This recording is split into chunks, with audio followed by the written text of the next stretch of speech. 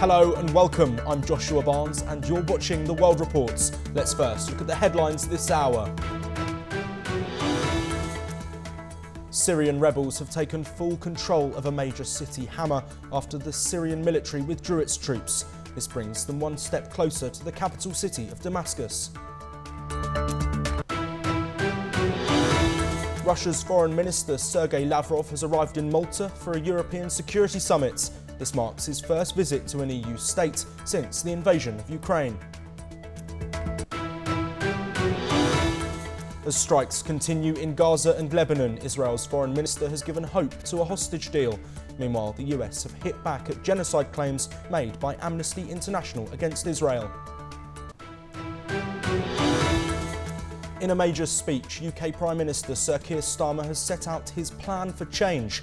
He pledged 6 milestones for the voting public to measure his government against by 2029 at the next general election. US President-elect Donald Trump has chosen former Senator David Perdue as the ambassador to China. Perdue is a Republican from Georgia who served in the Senate from 2015 to 2021. Bangladesh's interim government has waived the security clearance requirements for Pakistani visa applicants. It has been interpreted as a sign of improving relations under the Yunus-led government. Nepal has signed a framework agreement with China on the Belt and Road Initiative. The agreement comes as Nepal's PM, KP Sharma Oli, is on a 4-day visit to Beijing.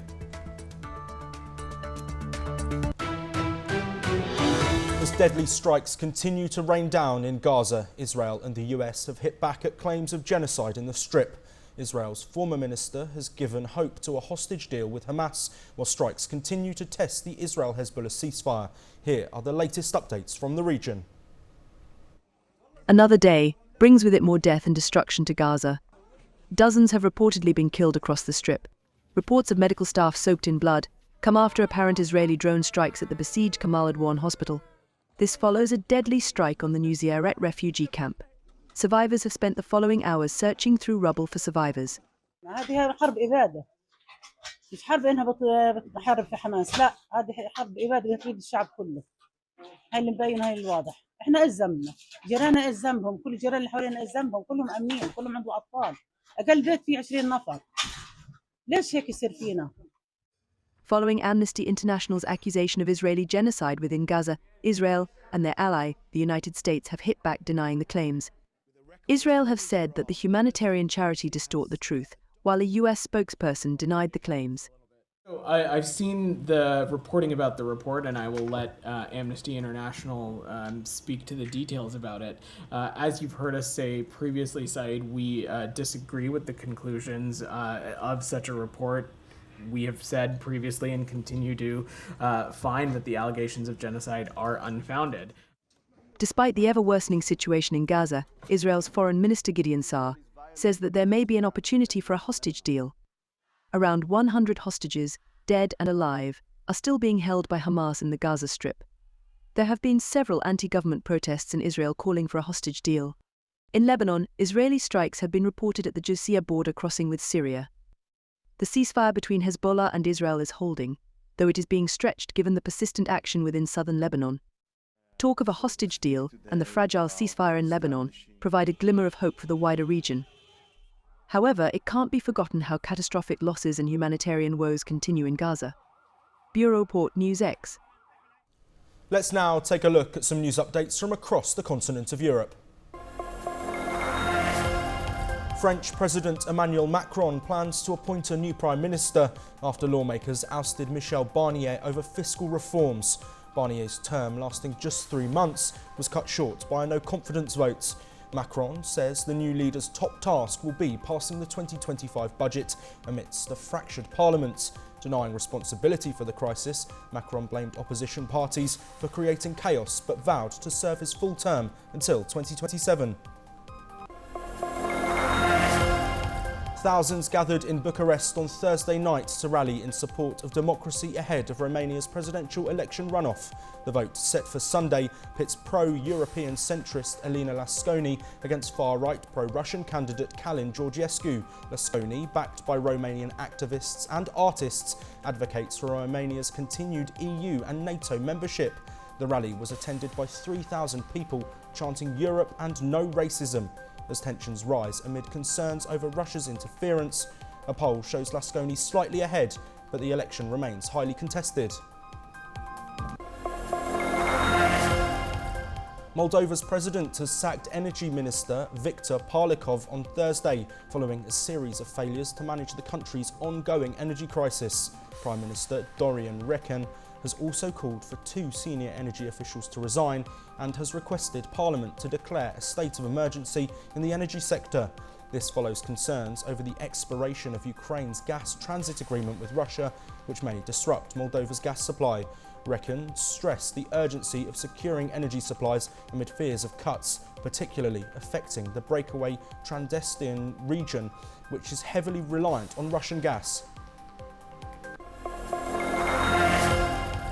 Europe's Vega C rocket successfully launched from French Guiana on Thursday, marking its first flight since a failed mission 2 years ago.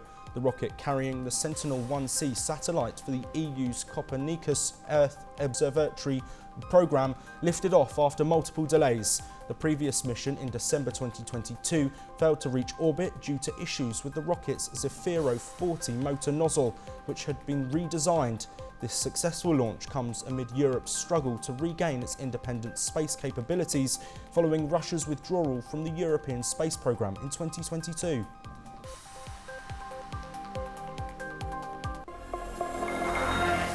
In a major speech, Sir Keir Starmer has outlined 6 pledges. He said these pledges will allow the British people to hold his government to account.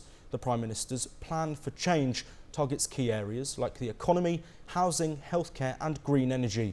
The government aims to meet these milestones by 2029. Let's take a look at the report. PM Keir Starmer has set out 6 pledges which he says will allow voters to hold his government to account, in a major speech outlining his priorities. The Prime Minister said his plan for change, which includes 6 targets covering the economy, house building, the NHS, policing, preschool education and green energy, would give the British people the power to hold our feet to the fire. Today we publish new milestones, measurable milestones, that will also give the British people the power to hold our feet to the fire. Because that accountability, that is part of how we shift the focus in Westminster towards long-term change. He described the plan as ambitious, saying it would be an almighty challenge to hit the targets over the next 5 years. However, the Conservatives criticised Keir for not including a concrete target on immigration and accused him of watering down a previous promise on decarbonising the electricity grid. In his speech at Pinewood Studios in Buckinghamshire, Keir acknowledged there would be trade-offs and difficult decisions required to achieve his aims. But he said without priorities you don't get anything delivered. Taking aim at the civil service, the PM said too many people in Whitehall are comfortable in the tepid bath of managed decline. No, the job of these milestones is to take our country forward, drive reform through the public sector. It's not about making the government look good. So yes, they are risky for us. Country first, party second. Because that is something we've totally lost sight of in British politics. And to be honest, across Whitehall as well. The targets, which the government is calling milestones, give more detail about how Labour plans to achieve the 5 missions set out in its election manifesto. We will streamline the approval process in the forthcoming planning and infrastructure bill. And driving through reform, I can announce another new target. Not just 1.5 million homes, but also 150 major infrastructure projects. A milestone that will triple the number of decisions on national infrastructure compared with the last Parliament. The government is aiming to meet the 6 milestones by 2029, when the next election is likely to be held. Bureau Report NewsX. Let's now take a look at some news updates from North America. Outgoing US President Joe Biden has been considering preemptive pardons for prominent critics of his successor, Donald Trump. This move aims to shield them from potential retribution once Trump, who has vowed to take revenge on those who have opposed him, takes office. Daniel Penny has been on trial for second-degree manslaughter and negligent homicide charges. These charges are related to a subway chokehold death, and he is now facing a new civil lawsuit. The lawsuit, filed by the father of the man he killed, is seeking damages for alleged physical assault and battery.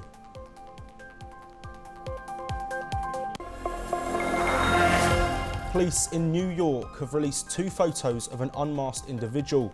The person is wanted for questioning in connection to the killing of a healthcare chief executive. United Healthcare boss Brian Thompson was fatally shot in the back on Wednesday morning. The incident occurred outside the Hilton Hotel in Midtown Manhattan. California Governor Gavin Newsom stressed the importance of trade with Mexico and immigrant labour at a press conference. He contrasted his stance with Trump's threat of tariffs and mass deportations. Newsom has portrayed the Republican president-elect's planned 25% tariffs on goods from Mexico and Canada as a tax on Americans. He warned that Americans could face higher prices if the plan moves forward when Trump takes office on January the 20th.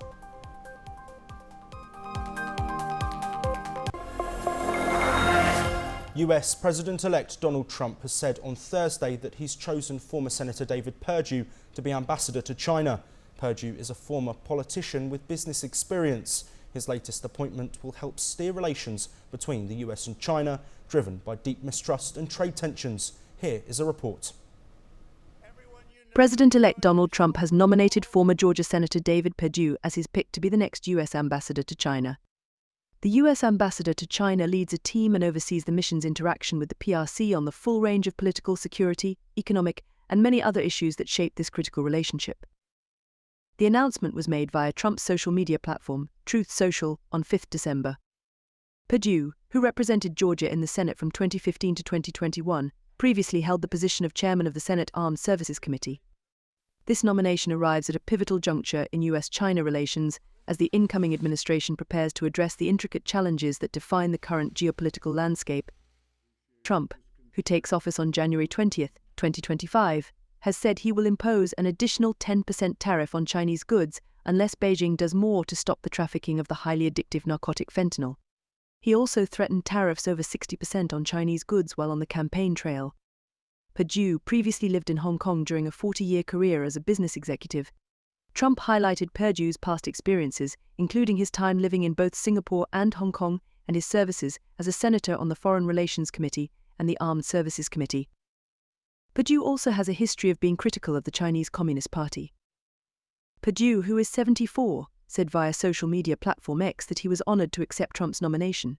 He wrote that he looked forward to implementing President Trump's strategy to make the world safe again. Bureau Report, NewsX. We will now move into some news updates from across the Indo-Pacific region. The Chinese Communist Party has begun to cut down red tape in order to give a major boost to small package exports through e-commerce platforms. China has strengthened e-commerce giants like Temu, TikTok Shop, AliExpress and Shein to challenge big established players like Amazon. Many people believe that the return of Donald Trump's presidency could prevent China from establishing hegemony in the global e-commerce domain. After visiting Swayanbhumthan, King Jigme Wangchuk of Bhutan visited Bhutan to offer prayers. Earlier, when he visited Swayanbhumthan, he was welcomed by the officials from Swayanbhum Management and Conservation.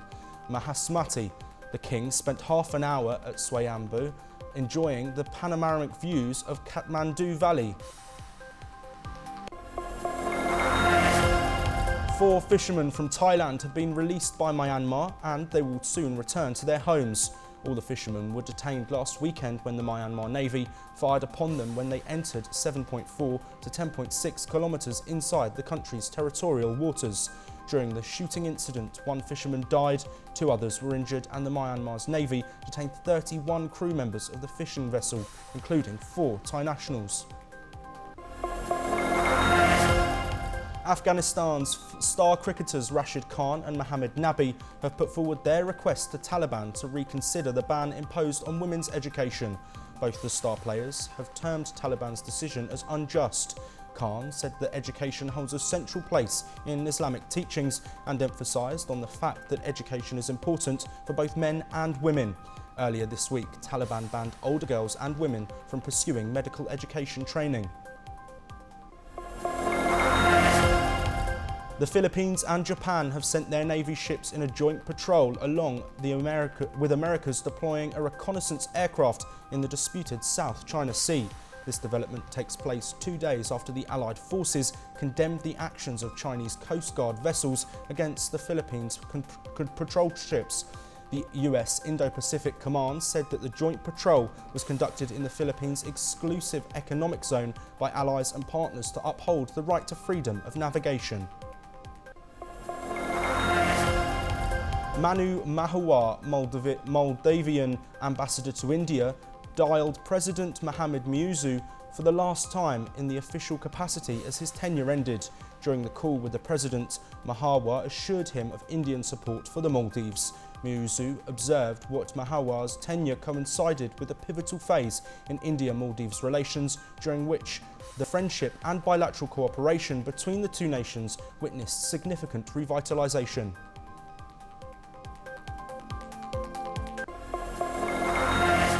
Russia's Sergei Lavrov warns allies to take its hypersonic missile strikes seriously, vowing to use any means necessary to defend itself. Ukrainian President Volodymyr Zelensky called for stronger air defences after the attack on Dnipro. Here is the full report. Russian Foreign Minister Sergei Lavrov has attended an OSCE summit in Malta, marking his first visit to an EU country since Russia's full-scale invasion of Ukraine. His presence has sparked controversy, with Ukrainian Deputy Foreign Minister Andriy Sybiga walking out of the hall ahead of Lavrov's remarks, calling him a war criminal.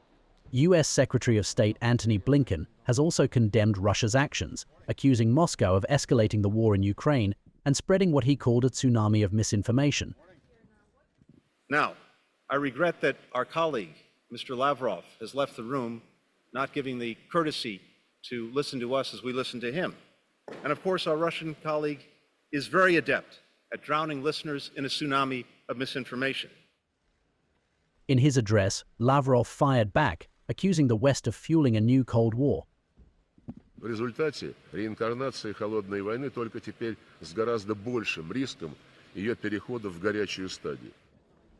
Several diplomats and officials joined the protest, leaving the hall before Lavrov took the stage. Meanwhile, Lavrov has stated that he hopes Ukraine's allies have taken Russia's recent use of the Oreshnik hypersonic missile seriously and has warned that Moscow is prepared to use any means to defend itself.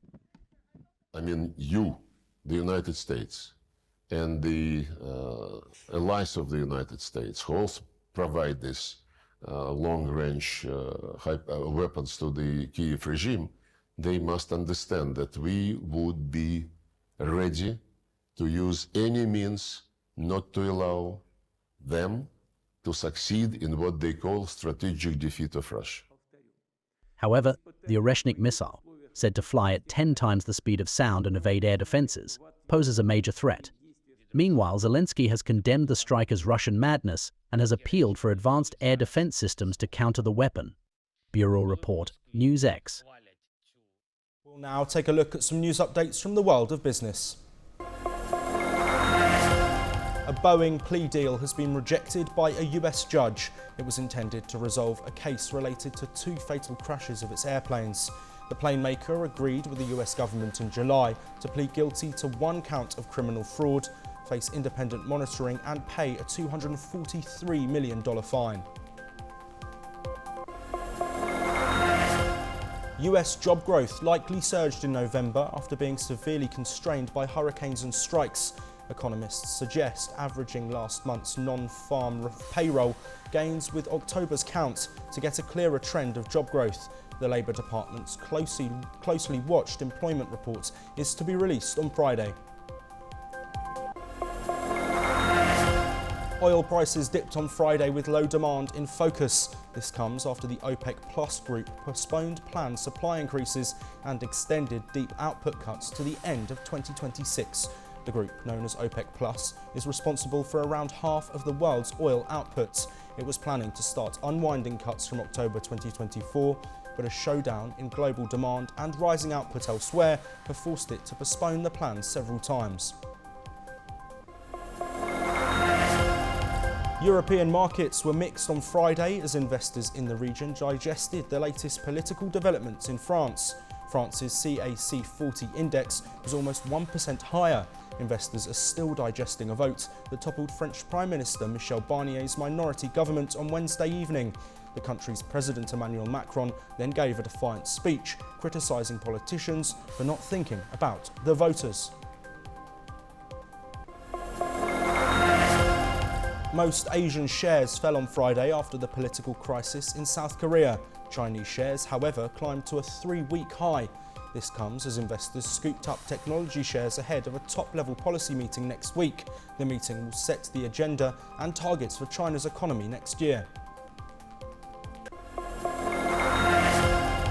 Airbus delivered 84 planes in November. The plane maker moved back towards end-year targets after a downturn over the summer. Industry sources said this week that deliveries rose sharply to above 80 in November.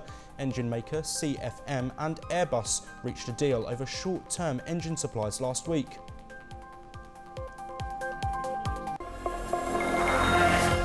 Thousands have fled central Syria overnight after Syrian rebel forces advanced towards the city of Homs. This comes after the rebels successfully took over the key cities of Aleppo and north of Hama.